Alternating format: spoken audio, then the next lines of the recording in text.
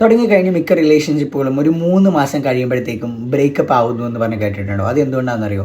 90 days love illusion എന്ന് പറഞ്ഞിട്ട് സൈക്കോളജിയിൽ പറയും. എന്താണെന്ന് വെച്ച് കഴിഞ്ഞാൽ നമ്മുടെ റിലേഷൻഷിപ്പ് തുടങ്ങി ആദ്യത്തെ ഒരു 3 മാസം ഹണിമൂൺ ഫേസ് ആണെന്നാണ് പറയുക.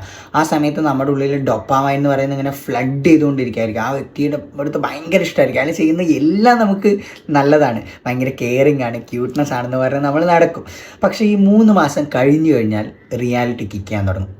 അവിടെയാണ് പ്രാക്ടിക്കലായിട്ടുള്ള ലൈഫ് സ്റ്റാർട്ട് ചെയ്യുന്നത്. ആ വ്യക്തിയുടെ ഫ്ലോസ് നമ്മൾ നോട്ടീസ് ചെയ്യുന്നപ്പോഴാണ്. ഇത്രയും കാലം നമ്മൾ അയാൾ ചെയ്യുന്ന എല്ലാം നമുക്ക് ഇഷ്ടമായിരിക്കും, പക്ഷേ ഒരു 3 മാസമൊക്കെ കഴിയുന്ന സമയത്ത് നമുക്ക് തോന്നി തുടങ്ങും ഇതൊന്നും ശരിയല്ലല്ലോ, ഇതെനിക്ക് ഇഷ്ടമല്ല, ഇത് നെഗറ്റീവായിട്ടുള്ള കാര്യങ്ങളാണെന്നുള്ള രീതിയിൽ നമുക്ക് തോട്ട് വരും. ആ ഒരു ഫേസിനെ നിങ്ങൾക്ക് കടക്കാൻ പറ്റിക്കഴിഞ്ഞാൽ അവിടെയാണ് ശരിക്കും ട്രൂ ലവ് എന്ന് പറയുന്നത് ശരിക്കും സ്റ്റാർട്ട് ചെയ്യുന്നത്. അവിടെയാണ് ശരിക്കുള്ള പ്രണയം സ്റ്റാർട്ട് ചെയ്യുന്നത്. കാരണം പ്രാക്ടിക്കലി ആ വ്യക്തി നിങ്ങളുടെ ലൈഫിൽ നിങ്ങൾക്ക് ടോളറേറ്റ് ചെയ്യാൻ പറ്റുന്ന ആളാണോ, അയാളുടെ ടോക്സിക് അല്ലാത്ത വ്യക്തിയാണെന്നൊക്കെ മനസ്സിലാവുന്ന ഈ ടൈമിലാണ്. അത് കഴിഞ്ഞ് കഴിഞ്ഞാൽ ആ റിലേഷൻഷിപ്പ് കുറേ കൂടെ ലോങ് ടേം ആയിട്ട് സർവൈവ് ചെയ്യാനുള്ള ചാൻസസ് വളരെ കൂടുതലാണ്.